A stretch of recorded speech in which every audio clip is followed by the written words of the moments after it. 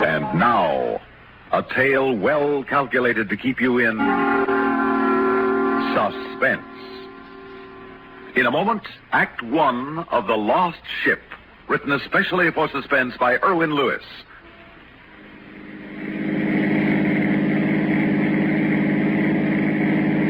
There's a sharp curve ahead, Harry. Be careful. Don't worry, I see it.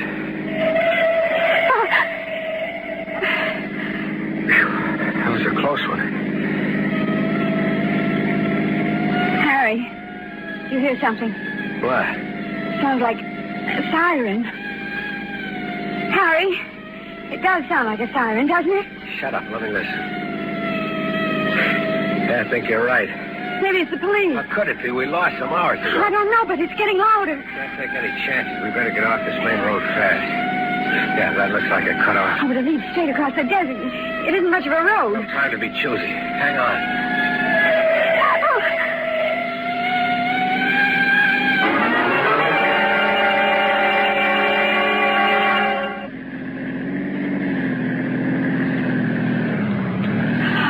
I can't take much more of this. We can't cut back. Those police might be patrolling the highway. We'll wait until dark. Oh, can't you slow down? I'm getting sick. It's just a little longer, honey. I want to put as much distance between us and the highway as possible. What happened? I don't know. I'll take a look.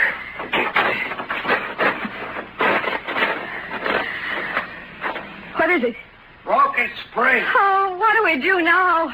Well, we can't stay here. Grab the bag and let's go. Oh, where? We're on a road of some sort. It's got to lead someplace. Let's try those hills. What about the suitcase? Leave it in the car. This little bag is all the luggage we need. A lot of good it'll do us out here. Where there's a road, there's bound to be a house of people. What's in this bag talks any language. Come on, let's go.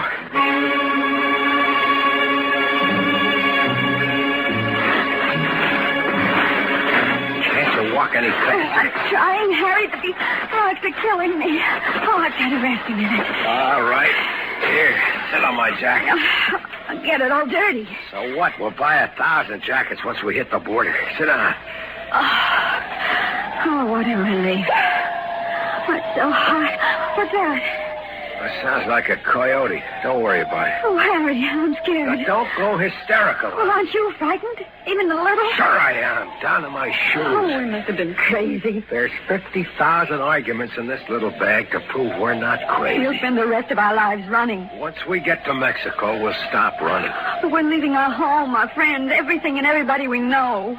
Is it worth it? What are we giving up? A stinking two-room flat with peeling paint and crawling roaches this big? You won't miss that for a minute. You think I enjoyed standing in that teller's cage, handing out money all day long to little people who had no more right to it than I did? They weren't stealing. But now, don't go moral on me. Listen, I'm past 40. A man gets to that age, he gets tired wanting things and not being able to afford them. Hey, isn't that smoke up there? Where? Over to the right, between those two hills. Sure it is. That's chimney smoke. I'll bet there's a house up there. Come on, Viola.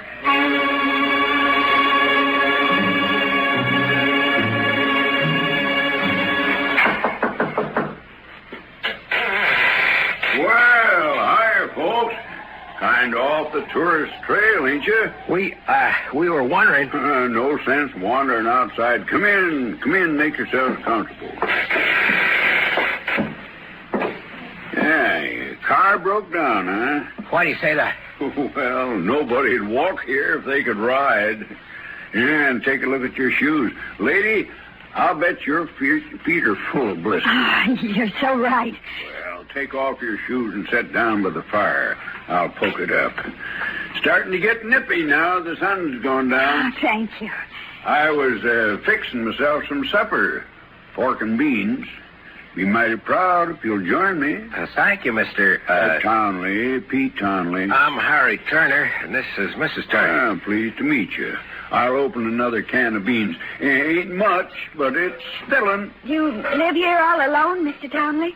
Pete, man, no sense being formal. Yep, I live here all by my lonesome. Going on 20 years, I reckon. 20 years? You ever have visitors? Oh, once in a while. Expecting a neighbor of mine. Let's see now. Day after tomorrow. Neighbor? Yeah, Sam Higgins. Lives about 40 miles from here. Drops in regular, twice a year. What do you do about supplies, food and things? Well, I got a Jeep in the back. I use it to go to town once a month for supplies. A Jeep? Yeah. Guess you didn't see it coming up here. I'll drive into town first thing in the morning and get Bill Jenkins from the garage to come out and fix up your car. Can't you go right now? By the time I get back, it'd be pitch dark.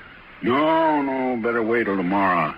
Well, let's see if the beans is... Oh, say, they sure are. Yeah, I hope you don't mind 10 plates. Yeah, well, let's dig in.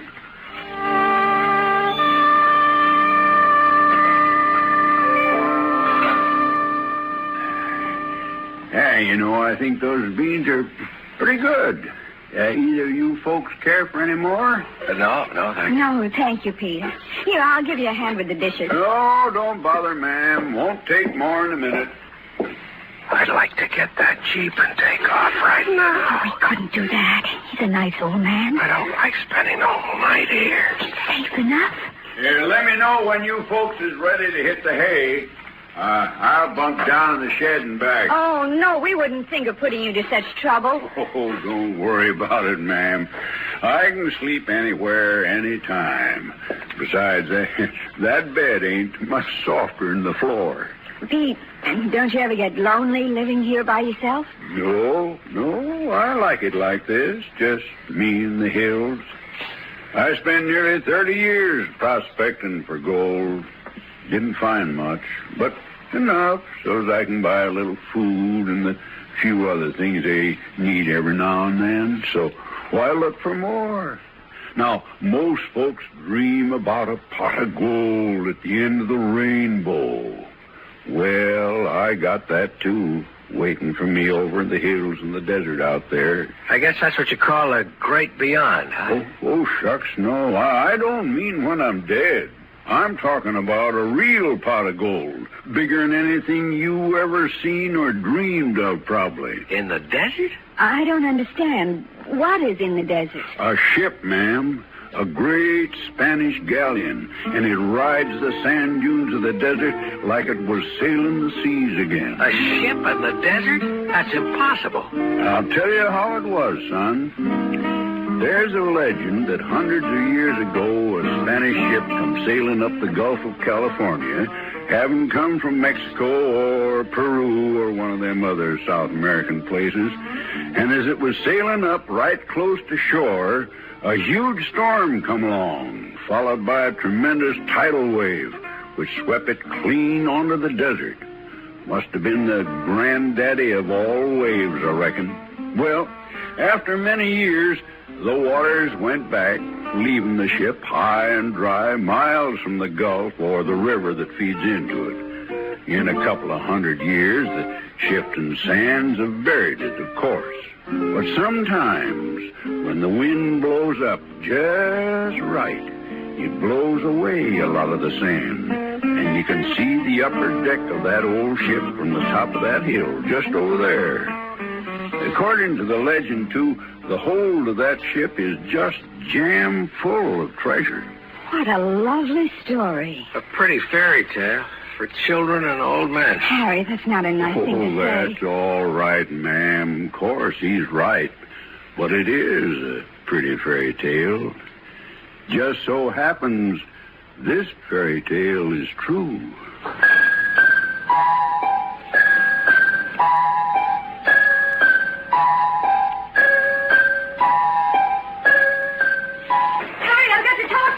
What is it, Viola? Come over here. I want to show you something.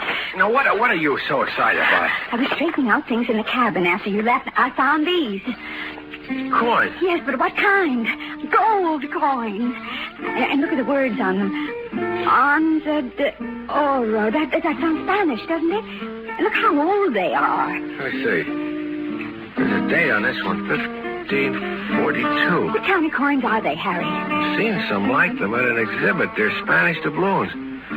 Where would Pete get them? Don't you remember his story last night? What, the Spanish galleon? Don't be ridiculous. All right. How do you explain them? I can't. Oh, no, it's impossible.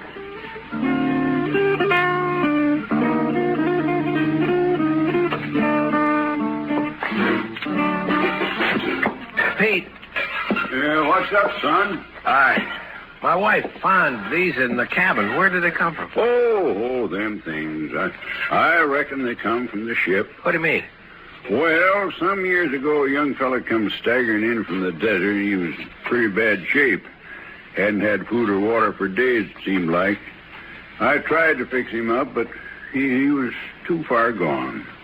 But before he died, he moaned something about finding his ship out in the desert. I found them coins in his pocket. I don't believe a word you're saying. You're either crazy or the biggest liar I've ever met. Harry. Son, if you're so all-fired skeptical, why don't you climb that hill and take a look for yourself? Now, the wind seems to be coming up kind of strong. You might be lucky. In fact, I got an old pair of field glasses you can take along. But, son, if you do see the ship, for your own sake, don't let it give you any fool ideas.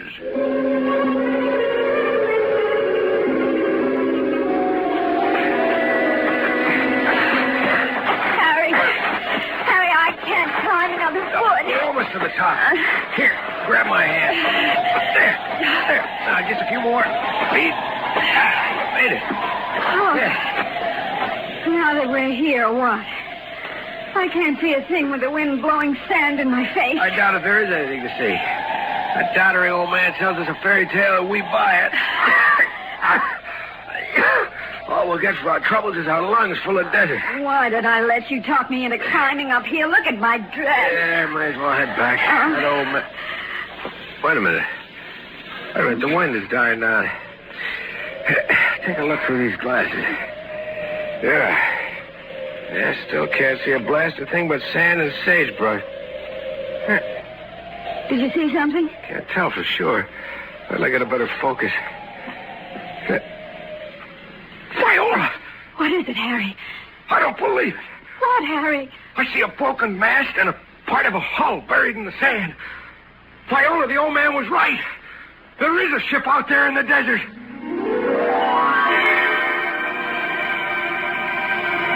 Well, I kind of thought you might see it.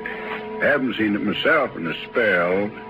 Figured it was about time for it to show up again. It was there, just like you said it would be. You've known it's there all this time, and yet you never went to look for it? Well, like I told you, son. What for? Because of the gold. All right, you do what you want. I'm going after that ship. No, that ain't sensible, son. Why not? I could see it clearly. It isn't far from here. Distances are deceiving in the desert. That ship's a lot further than it looks. And that's mighty rough country out there. It's easy to get lost. And if you run out of water, you're finished. And chances are, by the time you got to where you think the ship is, a sandstorm will come up and bury it under tons of sand again. You better forget it. Not on your life. Your Jeep is equipped with sand tires. It has gas, water, tools. That's all I need. Ma'am, I surely think it ain't smart. You ought to try to talk him out of it. Harry, maybe it is too dangerous. What's the danger? Because Pete can't get up enough energy to drive a few minutes into the desert to make a fortune? What about the other man who found the ship and died? I don't know anything about him, and I don't care. There's gold in that ship. I'm going to get it. But why? We have enough now. You said so yourself. How can you compare 50,000 to what could be in that ship? And the gold's probably only part of it. Those old Spanish galleons used to come home with their hulls bulging with Inca and Mayan treasures. My God, Viola, we can be rich. We can be rich. We can make a deal with the bank, return the 50,000, and go scot-free. But you'd be risking your life. It's worth it. I'm taking the Jeep. You'll see, I'll be back before night. Now, I've seen what the desert does to people who know it, son. A tenderfoot like you ain't got a chance. Thanks for the advice, Pete, but I'm going. Oh, no, Harry, wait. Listen to me. Let go, Viola. Pete, stop him, please. Yeah, your wife's right, son. You ain't thinking clear. At least wait until you can get a well-organized party together. I haven't got time. Now, get out of my way, Pete. I can't let you go alone, son. You'll never come back. Get out of my way! No, you don't.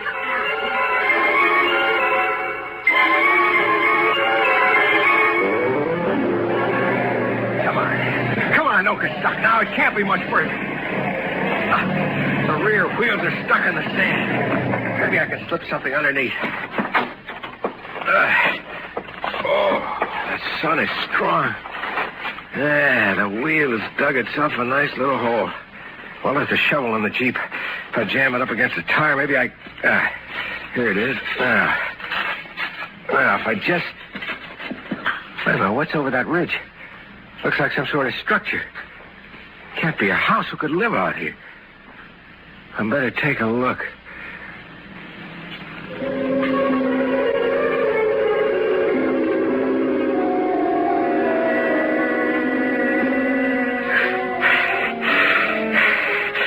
Pete was right when he said distances were deceiving.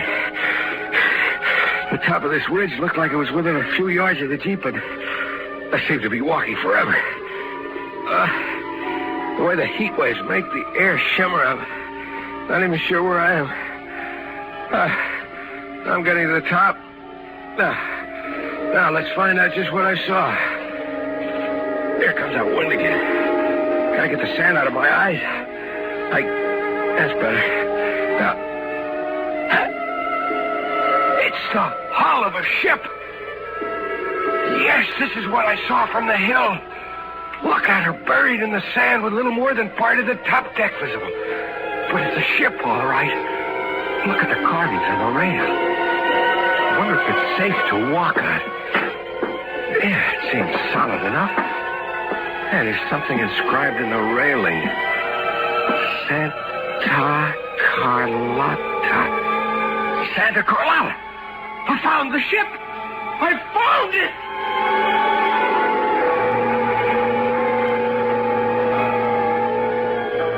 All right. Take it easy, Harry. Keep calm. This is only half the battle.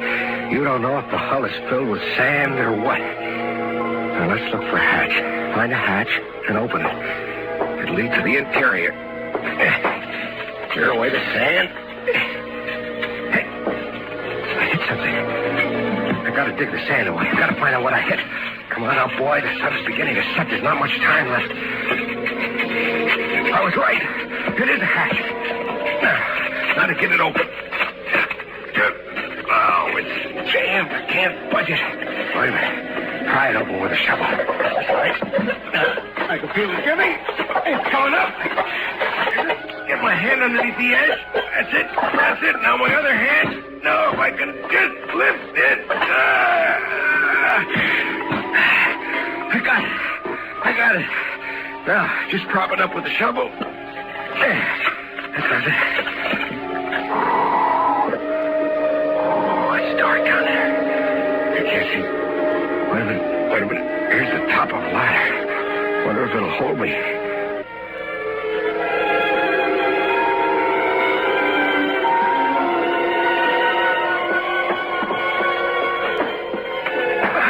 Made it down here. It's a long way up. Can just barely see the hatch opening. Looks like I'm in some sort of passageway. Can't see much now. A cigarette lighter. It looks like a door. Open it.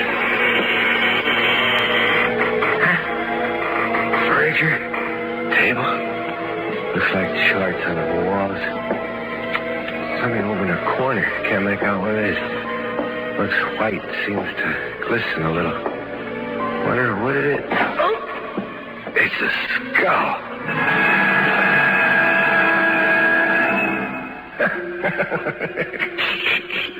Scared the life out of me. What was your name, Butcher? Was it Yorick? Did you come riding in on this ship when she hit the desert 400 years ago? Take it easy. Take it easy, Harry. Don't lose your nerve now, boy. Well, the wind seems to be getting stronger. Maybe I'd better go back and get some help. No, not until I find what I came for. Hey, you, Yorick. Maybe you can tell me. Where's the treasure, huh? Maybe you were left here to guard it, huh? Don't talk. All right, let's take a look. Another door. Duck. Come on.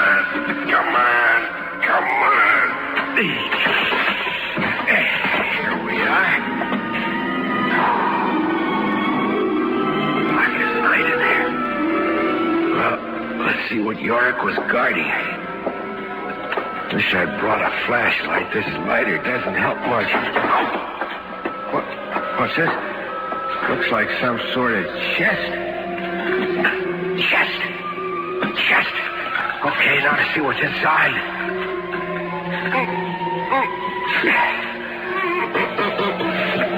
Mother of heaven.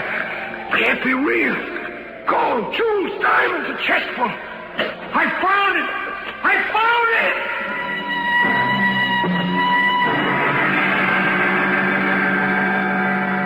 Oh, what a magnificent sight. Coins, jewels. Fill my pockets, cram them in. Come on.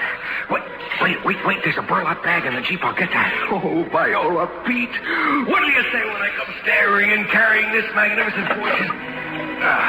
Can't hold any more. I gotta get back to the Jeep. So long, York. Don't be sad. I'll be back. The flame is getting low on the lighter. Well, I won't need it much longer. What was that? The wind isn't so loud. Where's the ladder to the hatchway? So dark. Oh. Wait a minute, what is this? The shovel. Oh, the wind blew the hatch down. Well, that's all right. I'll just climb up and force it open. Here's a ladder. There's a ladder. Now, here's the hatch. Now, let's get it open and get back to the Jeep. Seems to be stuck. I think it's giving a little. I have to rest a minute. Catch my breath. The wind is really getting strong out there. Wind. Sand. Oh, my God, it'll blow the sand on the deck. It'll cover the hatch. Pile it up. Tons and tons of sand. I've got to get the hatch open now. Push harder, Harry. Push harder. I can't get it open. I've got to get it open. Pull it up. Please, get it open the hatch. Suspense. You've been listening to The Lost Ship, written especially for Suspense by Erwin Lewis.